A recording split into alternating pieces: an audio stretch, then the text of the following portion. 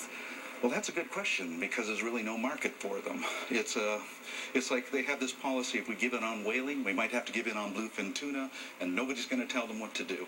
But this is a sanctuary that they're killing whales in, and the nations of the world have a responsibility to uphold those laws, but they're not doing it. And because of that, non-government organizations have to do it for them. Why aren't they upholding the law?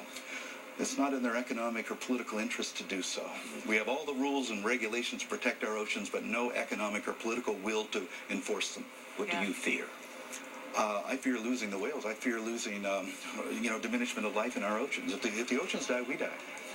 This is such a fascinating story because I don't think people have a good sense of what's going on in our oceans. And, I recently learned that the largest fish market in the world is in Japan. Even stuff that's caught off Nantucket, a tuna, is flown to Japan, sold in Japan, and then sometimes flown back to the United States.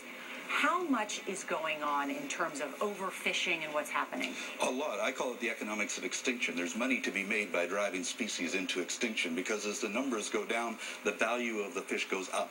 One bluefin tuna is worth $75,000 right now, and the price is going up. When there's no more, and the only ones left are in the warehouses in Japan, they'll be priceless. If an American president or an American administration wanted to stop the Japanese, could they? Yes, all they have to do is enforce U.S. Department of Commerce regulations against Japan and Iceland, but they choose not to do so. Thank you, Paul. Really interesting. Thank you, Paul. Thanks. And coming up, a father remembers the daughter he lost in Newtown, Connecticut. That's 1 year ago tomorrow.